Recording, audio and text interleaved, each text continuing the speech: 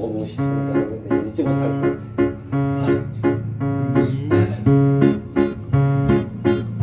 죄송합니다. 아닙니다. 현명히 どんぐりをたどってもつきません。大売りの小さなレストラン、空っぽのポケットをまっさぐって忘れた人からたどり着く。